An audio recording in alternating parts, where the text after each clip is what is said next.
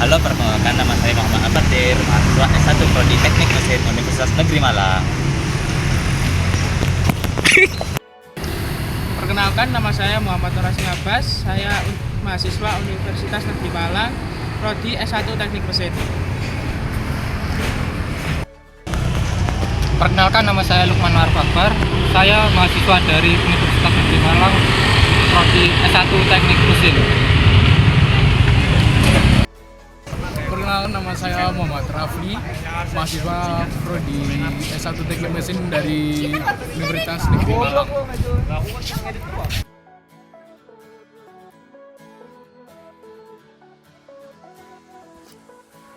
Kalian tahu nggak kalau korosi atau pengaratan diambil dari bahasa Belanda, yaitu korosi. Korosi adalah kerusakan atau kehancuran material akibat adanya reaksi kimia di sekitar lingkungannya. Contoh korosi yang paling lazim adalah perkaratan besi yang menghasilkan senyawa seperti Fe2O3, NH2O. Korosi ini terjadi ketika logam bersentuhan dengan zat elektrolit, air atau asam, membentuk sel elektrokimia dengan anoda logam yang teroksidasi dan katoda tempat reduksi terjadi. Biasanya perkaratan ini terjadi pada bearing yang dimana bisa menyebabkan keausan atau penipisan yang menyebabkan menurunnya kinerja pada suatu mesin. Tentunya setelah penjelasan tadi, kita perlu mempraktikkan dong teori tersebut secara langsung agar mendapatkan hasil yang valid. Oleh karena itu, langsung saja kita gas praktik adik-adik. 1, 2, 3. Oke, aduh kamera. Oke, untuk alat dan bahan yang kita perlukan untuk praktek kali ini adalah yang pertama ada air radiator. Oke, untuk yang kedua ada oli. Dan yang ketiga ada air keran. Lalu yang keempat ada wadah.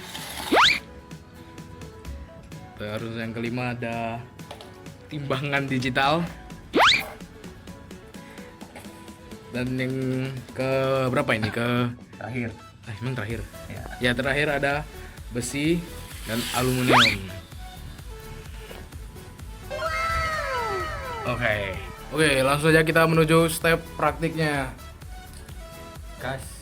Yes, sir. Pertama-tama kita akan cuci besi dan juga aluminiumnya.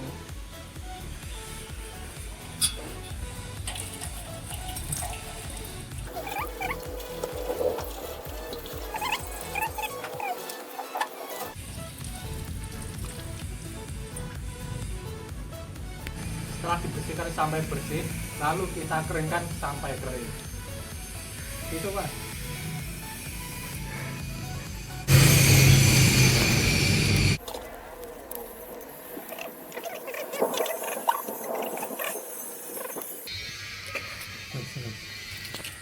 Setelah besi dan aluminium yang sudah kita cuci tadi, saatnya kita menimbang untuk menentukan hasil before dan afternya.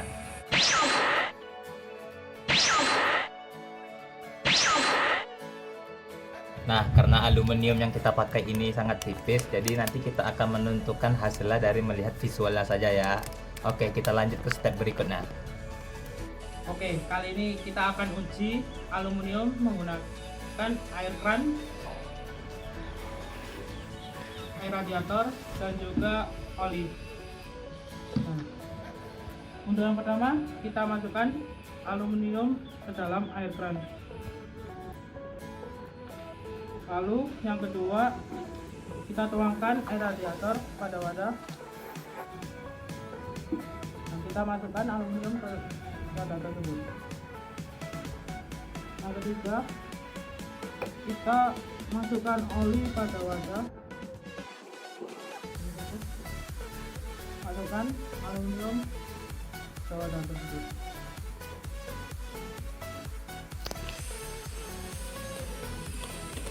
Oke, kali ini kita akan uji besi dengan air keran.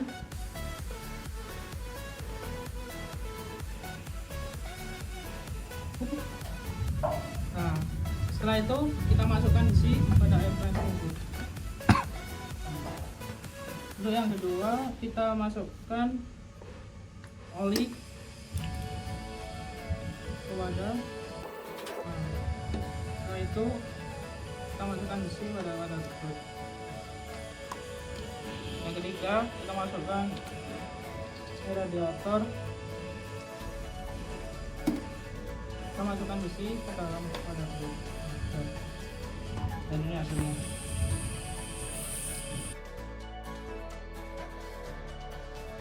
Oke, jadi setelah kita masukkan besi dan aluminiumnya ke 3 cairan yang berbeda nih, ada air keran, air radiator sama oli.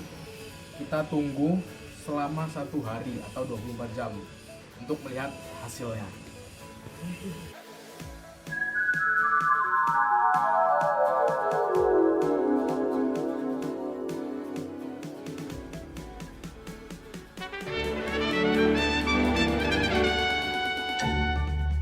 Kembali lagi bersama saya. Nah, jadi sekarang kita akan menguji hasil yang sudah kita rendam kemarin ya di air, di cairan sebelumnya. Mari kita menuju hasilnya. Oke, jadi teman-teman, sekarang kita akan menguji hasil yang sudah kita tunggu selama 1 hari kemarin ya. Pertama kita akan menguji pada besi yang dilarutkan dalam air radiator. Tapi sebelum itu, alangkah baiknya kita lap dulu atau kita bersihkan.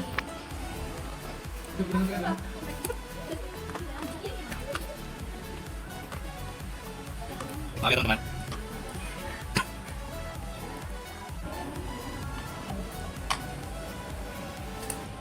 Nah, berat pada besi yang dilarutkan dalam cairan air radiator itu tetap sama kemarin. Kalian tahu kenapa? Ya nggak Nah, tahu. itu karena nanti kita akan jelaskan. Nah, kedua kita akan menguji pada aluminium yang dilarutkan dalam air radiator.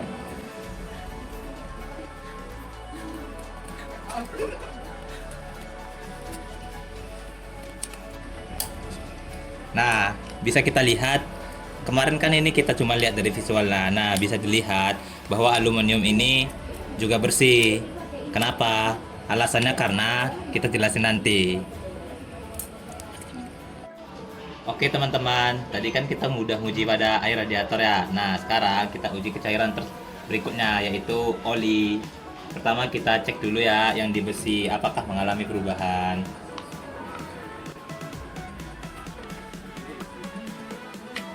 Habis itu juga kita bersihkan ya, agar tidak mengikut cairan yang tadi.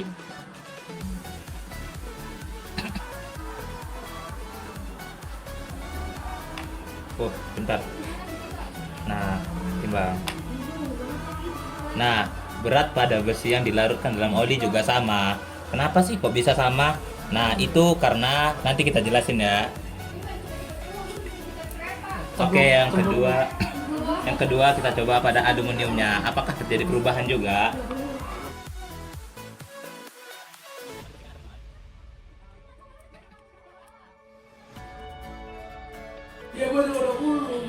Nah, bisa dilihat pada aluminium yang diapakan pada oli tidak terjadi perubahan.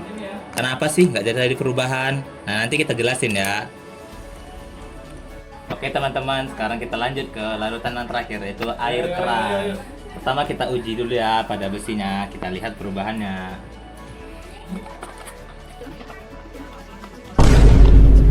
Nah ini besinya kan sudah diambil, tapi kita lap dulu ya. Nah setelah kita lap dan kita bersihkan, kita timbang.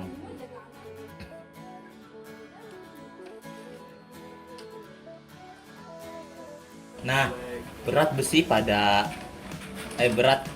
yang dilarutkan dalam air itu berubah. Yang kemarinnya itu 6 gram, sekarang jadi 5 gram. Lah kok bisa? Nah itu karena nanti kita jelasin ya di kesimpulan terakhirnya.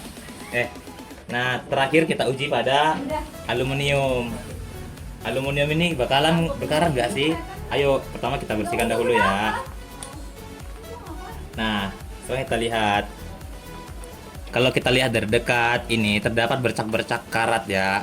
Tapi kenapa sedikit? Nggak kayak yang yang besi tadi berubahnya. Nah, itu nanti kita jelasin di kesimpulan. Oke, ini hasilnya. Sampai jumpa di kesimpulan. Nah, setelah kita membahas teori, melakukan praktik, sampai kita di kesimpulan. Apa sih kesimpulannya? Nah, jadi air itu dapat menyebabkan korosi lebih cepat. Kenapa? Karena air itu mengandung oksigen, mineral, yang dimana itu berfungsi sebagai elektrolit yang dapat mempercepat terjadinya reaksi korosi. Sehingga pada praktik tadi kita bisa lihat besinya itu sudah mulai berkarat. Nah, kita lanjut ke air radiator. Air radiator tadi kan tidak mengalami perubahan. Kenapa sih? Karena air radiator itu memiliki inhibitor yang membuat pelindung pada logam, sehingga itu dapat menghambat korosi. Tadi bukan berarti besi itu tidak berkarat dengan air radiator. Dia dapat berkarat, tapi dia cuma menghambat dan memperlambat terjadinya korosi tersebut. Nah, yang terakhir kan oli. Kenapa sih oli itu perfect kali gitu? Nah, oli itu dia tidak dapat menyebabkan korosi. Karena apa? Karena dia tidak mengandung air, sehingga dia menjadi pelindung yang sangat baik untuk mesin. Nah, itu saja kesimpulan yang kita dapat dari praktik kali ini.